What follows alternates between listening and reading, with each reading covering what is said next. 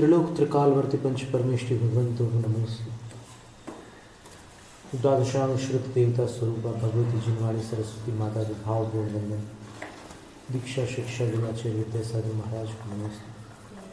अमृत महोत्सव के केंद्र बिंदु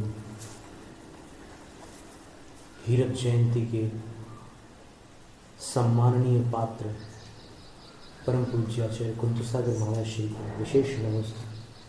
भारत के सभी आचार्य उपाध्याय साधुओं को नमस्ते। गणनीय आरिका और शेष आरिका माता जियों को वंदना। लक्ष्य लक्ष्य लिखा इच्छाकार प्रतीक्षा।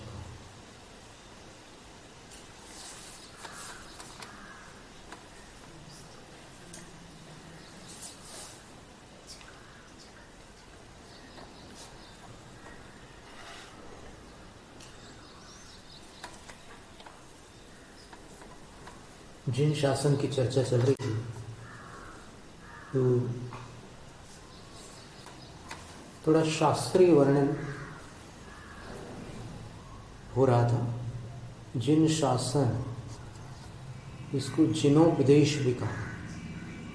प्रवचन सार की 106 गाथा की टीका में इसको वीरस्य शासनम उपदेशः आज्ञा इति, भगवान महावीर का शासन अर्थात महावीर भगवान की आज्ञा, उनका उपदेश। फिर वो जो उपदेश है वो उपदेश श्रावक धर्म और मुनि धर्म की अपेक्षा से दो प्रकार है। भगवान जिनेंद्र ने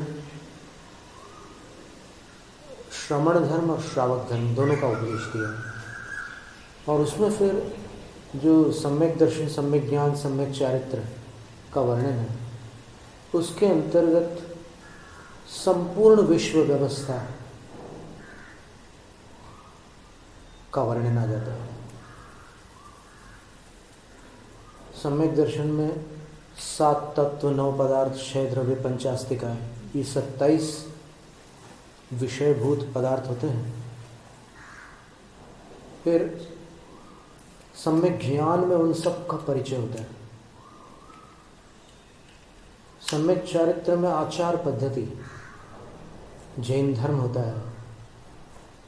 ज्ञान में दोनों आवश्यक है, आचार का भी ज्ञान आवश्यक है और विचार भी, जैन विचार है क्या, उनकी पहचान भी आवश्यक है। तो विश्व व्यवस्था जिन शासन के अनुसार कैसी है, कारण कार्य विधान क्या है, ये सारे प्रश्न उत्पन्न होते हैं कि ये दुनिया कैसे चल रही है। ये समुद्र में लहरें उठती हैं, समुद्र के अंदर जलचर जंतु रहते हैं, एकेंद्रीय से लेकर पंचेंद्रीय जीव वहाँ पर पाए जाते हैं। फिर यहाँ पर स्थल पर, भूमि पर रहने वाले भी नाना प्रकार के जीव जंतु हैं।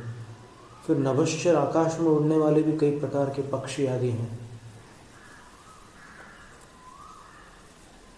और बच्चों को दूध पिलाने वाले चमगादड़ जैसे प्राणी भी आकाश में उड़ते हैं। बच्चों को दूध पिलाने वाली व्हेल और डॉल्फिन मछलियां भी पानी में रहती हैं। और यहाँ भूमि पर तो अनेक प्रकार के जानवर हैं और कई प्रकार के मनुष्य भी हैं। आर्य, म्लेच्छ, सदाचारी, दुराचारी, व्यसनी, निर्व्यसन। और सिद्धांततः देखें तो 9 भेद हो जाते हैं मनुष्य के।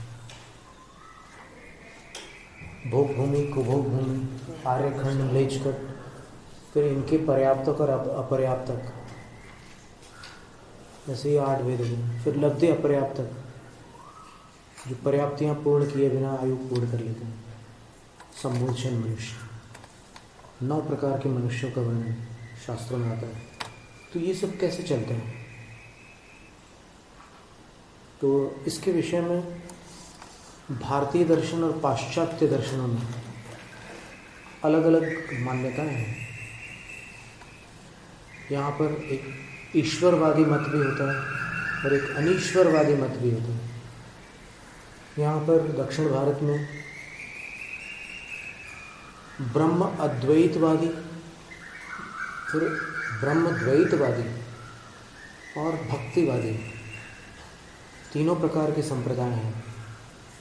रामानुजाचार्य, मन्वाचार्य और आदि शंकराचार्य, इन तीनों ने ये भिन्न भिन्न मतों का यहाँ पर प्रचार प्रसार किया है।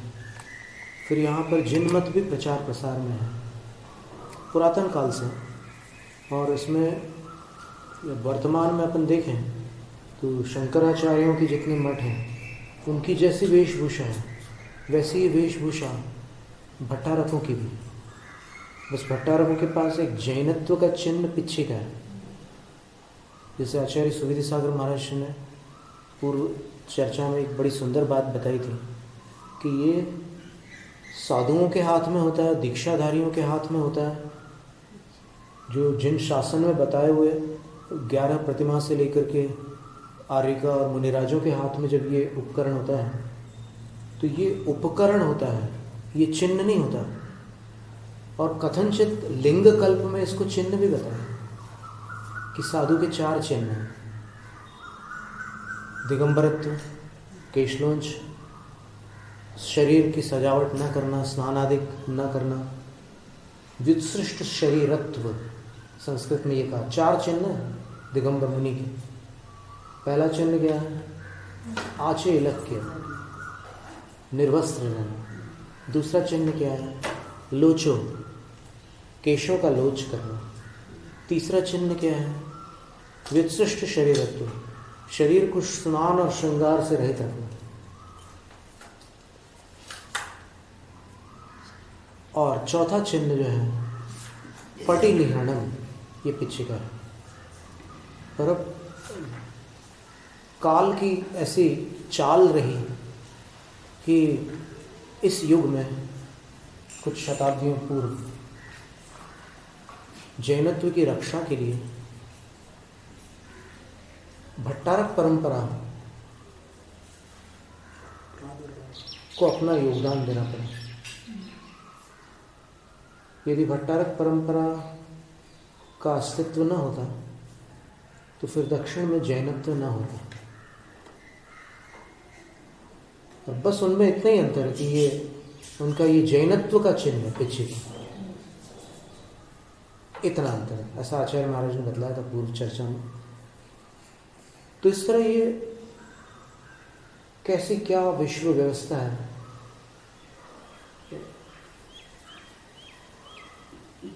एक हाइपोथेसिस ऑफ क्रिएशन, एक ऐसा अभिमत है कि ये सृष्टि की रचना, सृष्टि ये जो शब्द बना है वो जिसका सर्जन हुआ है उसको सृष्टि कहते हैं। तो ये सृष्टिवादी मत में सृष्टि की मान्यता है। और अनीश्वरवादी मत में क्या है? देखिए, एक बात हम पहले बताना चाहता हूँ। कई बार लोगों ने हमारे माध्यम से सार्वजनिक राम कथा का आयोजन किया हुआ है विभिन्न स्थानों पर।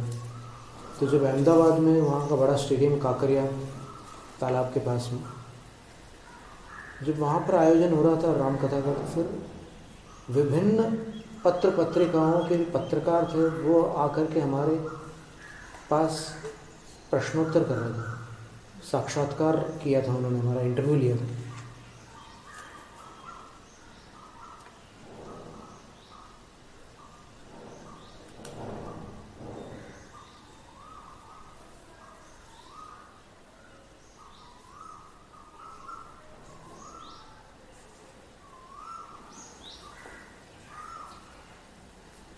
उन्होंने एक जटिल प्रश्न पूछा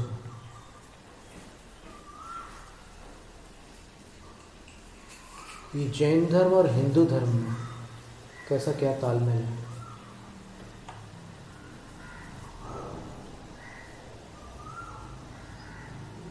शाखा के रूप में भी उन्होंने एक प्रश्न किया था कि हिंदू धर्म की एक शाखा है जैन धर्म।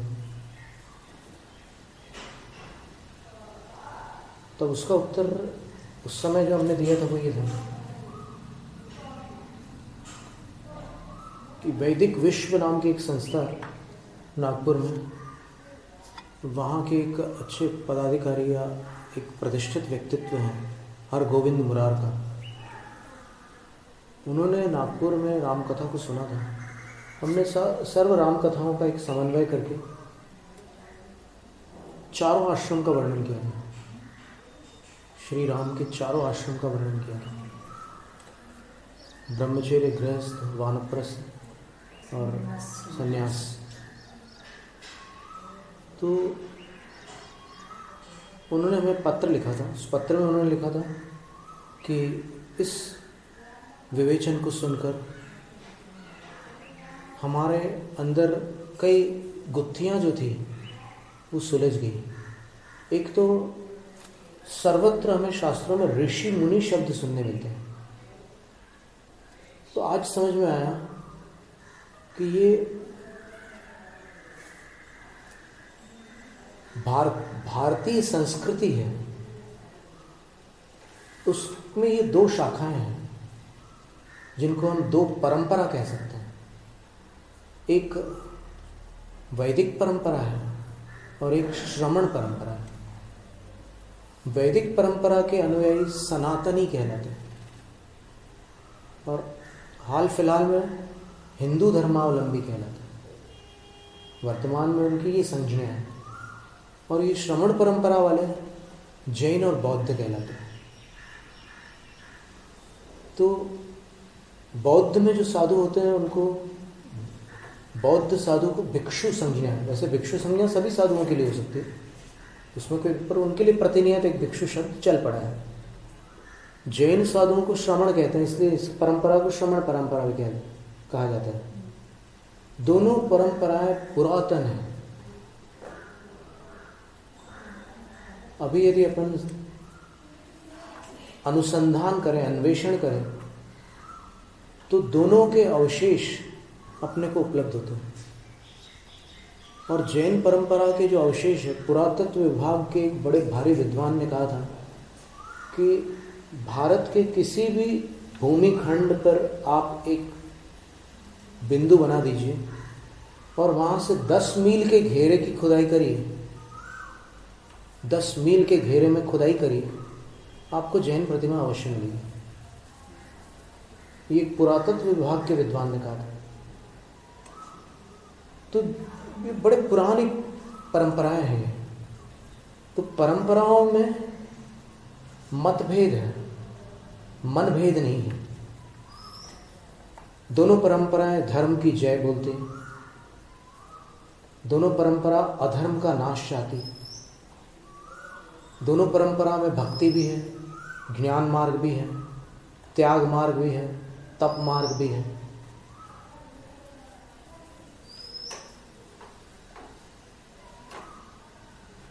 तो दोनों में मान्यता भेद होते हुए भी उद्देश्य भेद नहीं है। उद्देश्य यही है कि सर्वे भवन्तु सुखिनः वहाँ कहते हैं और यहाँ कहते हैं सत्वेषु मैत्री। अंतर क्या है? और अगर अपन सबकी समानता को लेकर एक हो जाएं, तो आपसी विवादों में जो शक्ति खर्च होती है उसका संग्रह होगा, और वो शक्ति, एकता की शक्ति अद्भुत होती है। उस एकता की शक्ति से अपन संपूर्ण विश्व को भारत की पुरातन संस्कृतियों का संदेश प्रदान कर सकते हैं। ये हम और तुम की जो दीवारें हैं,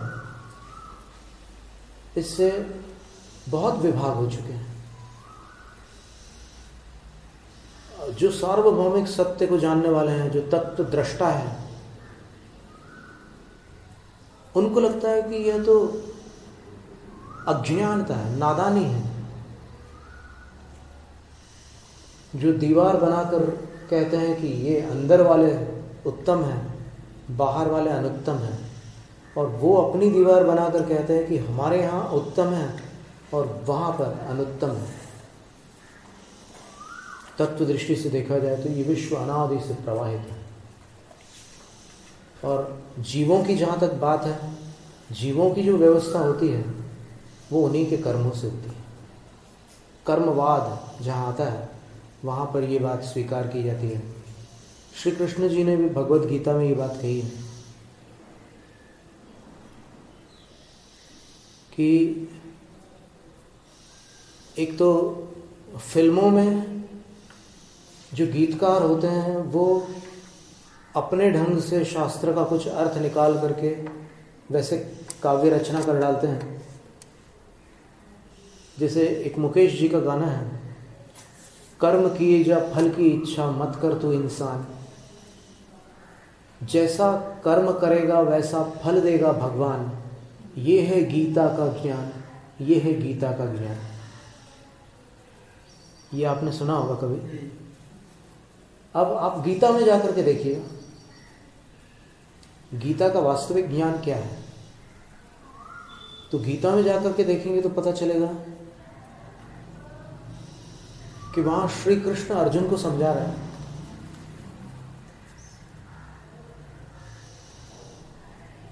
न कर्तृत्वं न कर्माणि लोकस्य सृजति प्रभुः न कर्म फल संयोगम स्वभावस्तु प्रवर्तते नादत्ते कस्यचित् पापम न चैव सुकृतं विभुः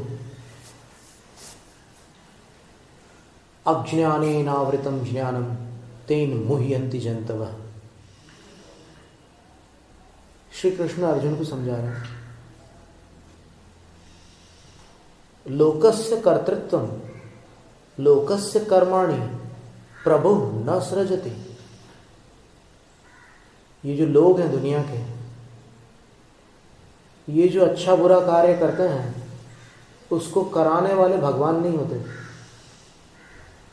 प्रभु न सृजति बोल रहे हैं।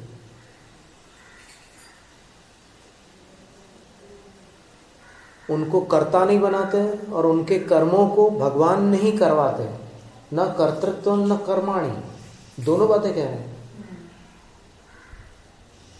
और फिर क्या कह रहे हैं? न कर्म फल संयोगम, कर्म के फलों का जो संयोग होता है जीव को, वह भी गीता में जो मूल श्लोक है उसमें क्या लिखा है? प्रभु न सृजति, भगवान नहीं रचते। और उसमें गीत में क्या लिखा है? जैसा कर्म करेगा वैसा फल देगा भगवान। और गीता के मूल श्लोक में क्या लिखा है? प्रभु कर्म फल संयोगम न सृजति, कर्म के फलों का संयोग प्रभु नहीं रचते। फिर कैसे होता है ये सब दुनिया भर का सारा कारोबार? तो कृष्ण जी कह रहे हैं अर्जुन से स्वभावस्तु प्रवर्तते, ये स्वभाव से होता है। जैसी करनी वैसी करनी, ऑटोमेटिक होता है। फिर आगे कहते हैं कि ऐसा भी सुनने में आता है कि जो भगवान की भक्ति करता है उसके पाप भगवान हर लेते हैं, और जो भगवान का विरोध करता है उसके पुण्य को नष्ट कर डालते हैं भगवान। तो गीता में क्या लिखा है? ना दत्ते कस्यचित् पापम न चैव सुकृतं विभुः। ये जो विभु है, परमात्मा है, वे कस्यचित् पापम न आदत्ते, किसी के पाप को नहीं ले लेते कि भाई तुमने इतनी भक्ति की, तुमने इतना अच्छा काम किया, अब तुम्हारे जो पाप है उनको मैं ले लेता हूँ। ऐसा भगवान नहीं करते। न चैव सुकृतं विभुः, और जो दुष्ट लोग हैं उनके पुण्य को भी नहीं हर लेते भगवान। तो फिर अर्जुन अचंभित होकर के, गीता के अनुसार अर्जुन की मुख मुद्रा जो है वो प्रश्नवाचक हो जाती है कि फिर सब लोग तो ऐसे ही मान रहे हैं। तब उसका उत्तर देते हैं अज्ञानेनावृतं ज्ञानं तेन मुह्यन्ति जन्तवः। उन प्राणियों का ज्ञान अज्ञान से ढका हुआ है, इसलिए वो उस अज्ञान के द्वारा भ्रमित हो रहे हैं। अज्ञान के द्वारा ढके हुए ज्ञान से वो लोग भ्रमित हो रहे हैं। अब अपन जिन शासन में आते हैं, यहाँ देखिए आप, भगवान जिनेंद्र ने क्या उपदेश दिया विश्व व्यवस्था के बारे में। और यही बात आदि शंकराचार्य ने विवेक चूड़ामणि में भी लिखी है। उन्होंने जैसे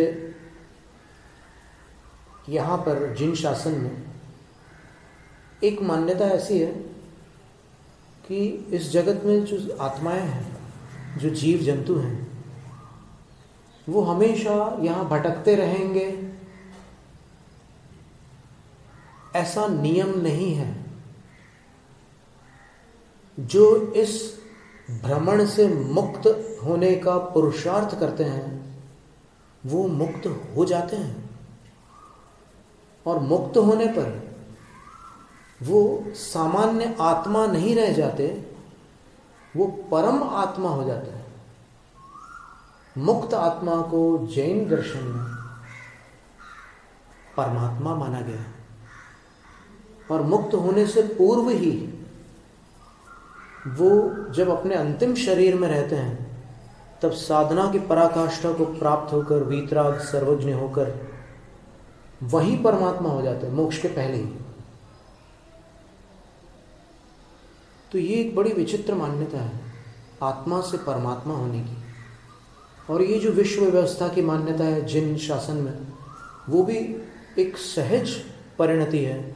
उत्पाद व्यय द्रव्य युक्तम सत, उत्पाद। और वहाँ पर क्या मान्यता है अन्य परंपराओं में? तो जो ईश्वरवादी मत है उनका मानना है कि ब्रह्मा रचना करता है, सृष्टि करता है। और यहाँ क्या मानते हैं? वस्तु का जो स्वभाव है उसमें एक उत्पाद नाम का सत छुपा हुआ है। उत्पाद व्यय द्रव्य युक्तम सत, तो उससे उत्पत्ति होती है। फिर शंकर जो है संहार करता है, महादेव। तो यहाँ जैन मत में क्या माना है कि वस्तु स्वभाव में ही वो शक्तियाँ, आप नाम कुछ भी दे दो, वो शक्ति वही वस्तु में विद्यमान है जो व्यय रूप है, विनाशकारी है। एक पर्याय का उत्पाद होता है, उससे पूर्ववर्ती पर्याय का व्यय होता है। उत्पाद व्यय पूर्वक होता है और व्यय उत्पाद पूर्वक होता है। और जो आधारभूत होता है वो ध्रुव रहता है, वो अनादि निधन होता है, वो अविनाशी होता है। तो विनाश के साथ भी अविनाश, ये सिद्धांत है, ये वस्तु व्यवस्था है, ये विश्व का तात्विक सत्य है। बाल्यकाल से अभी तक अपने कितने रूप बदल गए, तो जो बदलाव आया वो विनाश से आया। कोई चीज नष्ट हुई तब तो नया कुछ आया, लेकिन फिर भी कुछ स्थायी भी चल रहा है। तो इसको अंग्रेजी में कह सकते हैं परमानेंसी विथ ए चेंज। स्थायित्व, अस्थायित्व के साथ स्थायित्व, ये विश्व व्यवस्था है। और अगर अपन विज्ञान को देखें आज,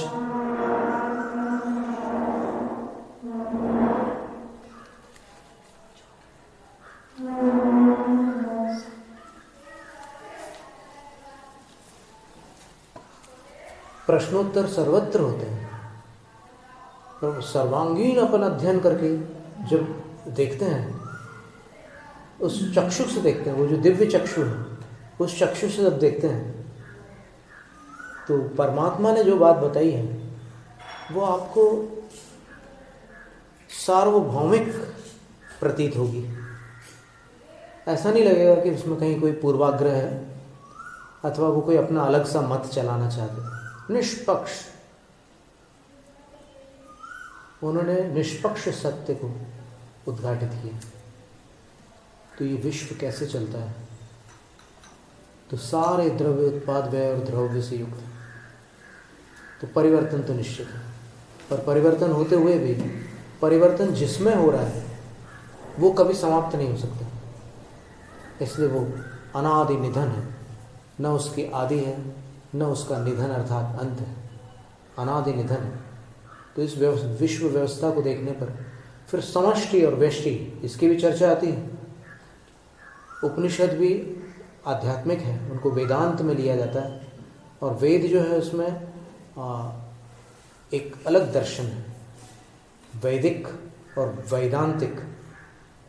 वेद वेदांत, वेदांत आध्यात्मिक है वेद अनुष्ठान प्रधान है। तो इन सब को देखने पर फिर सत्य और असत्य की परीक्षा अपने को अपने अंदर ही परीक्षा करके निकलना है, क्योंकि अपने को अपना रास्ता निकालना है।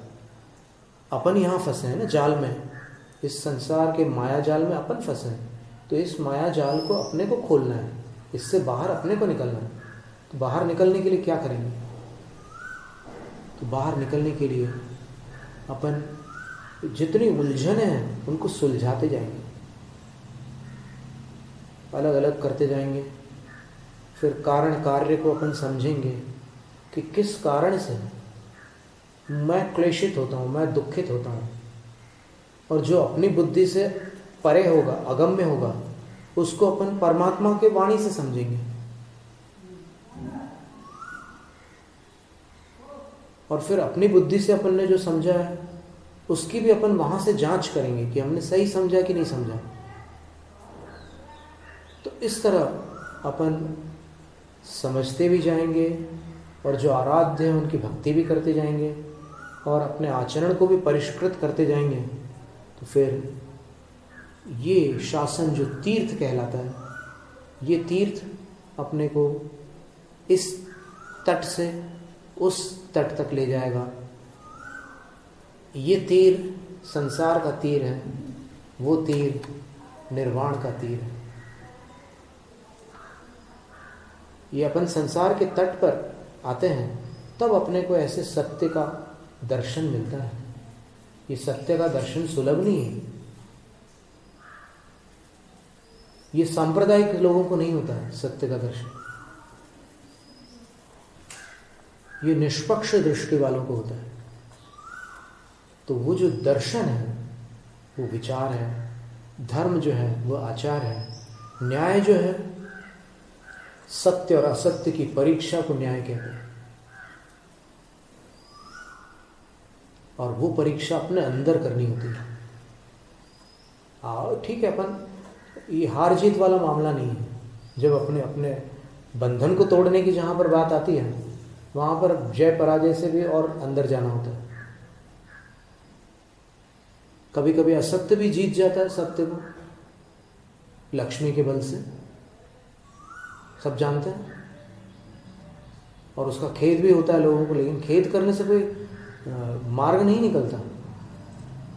चिंता करने से चिंता का अंत प्राप्त नहीं होता। उपाय करने से कार्य सिद्धि होती है। तो जितने भी चिंतित लोग हैं वो इस बात का स्मरण रख सकते हैं कि चिंता से चिंता का कारण नष्ट नहीं हो सकता, उपाय से समाधान निकलता है। तो इस प्रकार जैन न्याय सत्यासत्य की परीक्षा करने का जिन प्रणीत जैनाचार्यों द्वारा प्रदत्त उपाय है। पक्ष, हेतु, दृष्टांत आदि अनेक उपायों से निर्णय होता है। आग्रह से कोई निर्णय नहीं होता। आग्रह मंद बुद्धियों का निर्णय करने का साधन है। मंद बुद्धियों द्वारा आग्रह पूर्वक निर्णय किया जाता है और कुशाग्र बुद्धियों द्वारा बुद्धिपूर्वक निर्णय किया जाता है, विवेक पूर्वक निर्णय किया जाता है।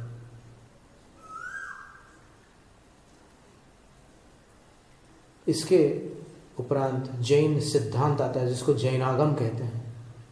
इसमें जीव सिद्धांत, कर्म सिद्धांत का गणितीय विवेचन है। आप आश्चर्यचकित हो जाएंगे, आज संपूर्ण विश्व में 3 गणित सर्वोपरि है। भले प्रचार में कोई एक गणित विशेष रूप से प्रसिद्धि को प्राप्त हो। एक तो वैदिक गणित है, एक श्वेतांबरीय गणित है जो अंगों का गणित है, और तीसरा जो है दिगंबरी गणित है जो पूर्वों का गणित है,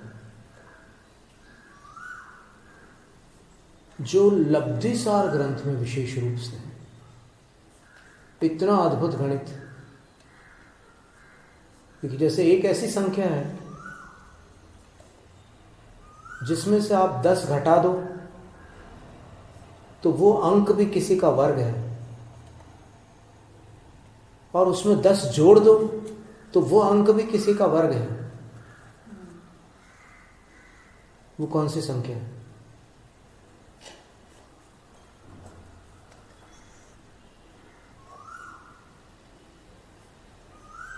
जैन गणित बड़ा अद्भुत है। 2 माह तक हमने एक विश्व प्रसिद्ध गणितज्ञ से लब्धिसार का गणित पढ़ा था, और सम्यक दर्शन कैसे प्राप्त होता है उसका गणित, उसमें एक एक लब्धि में, क्षयोपशम लब्धि में कैसा क्या होता है, विशुद्धि लब्धि में क्या होता है, देशना लब्धि में क्या होता है, प्रायोग्य लब्धि में क्या होता है, करण लब्धि में भी जो 3 भेद हैं, अधः प्रवृत्त करण, अपूर्व करण, अनिवृत्ति करण, इन सब में जो परिणामों का गणित है, इतना अद्भुत है वो गणित कि ऐसा लगता है कि इतना सूक्ष्म गणित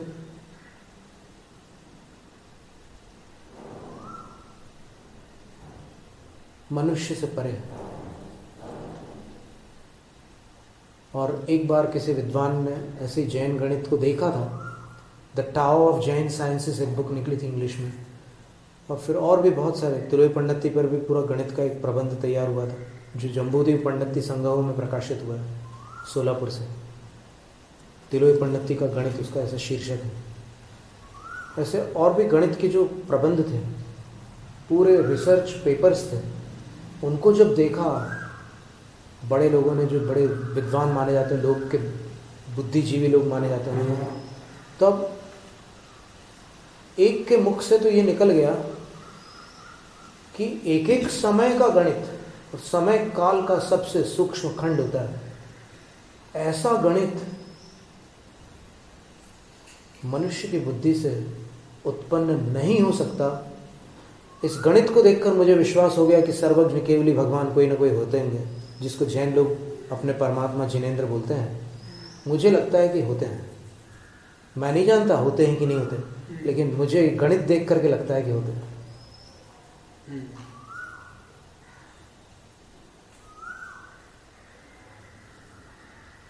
एक सियार ने रात्रि भोजन त्याग किया मुनि की चरण शरण में जाकर, और उसके अंदर जो परिणामों का घटनाक्रम घटित हुआ, वो सम्यक दृष्टि तो नहीं बना, लेकिन फिर भी उसके भावों में ऐसी उथल पुथल हुई, ऐसे परिवर्तन आए कि संकल्प के पश्चात उसको कठिन परीक्षा देनी पड़ी।